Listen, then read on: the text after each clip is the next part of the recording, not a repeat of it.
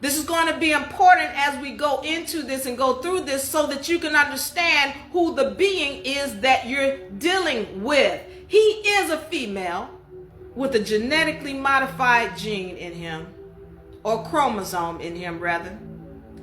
That Diva Laree didn't say it. Science told you that. Now, the reason why this is an issue is because, again, when we're talking about nature and getting back to nature, well, who is nature? Her, she. Every time you hear something, Mother Nature and Mother Earth and everything, the mothership, and what? Well, then why would somebody be talking about, well, she's supposed to follow him?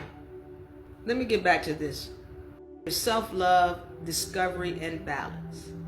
She is trying to follow something or lean on something or depend on something. She cannot gain balance.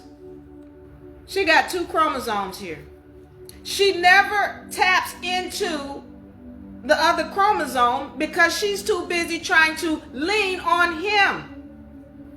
When she taps in to source, Christ within her, when she taps into source, then she has balance.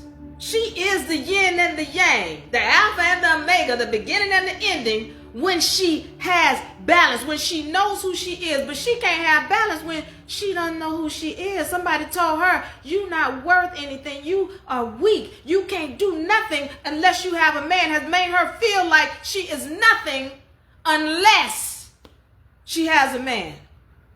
And this is not to say don't have a relationship. The bottom line is tap into source before you allow anyone to tap into you. If you don't know who you are, then you will be devoured.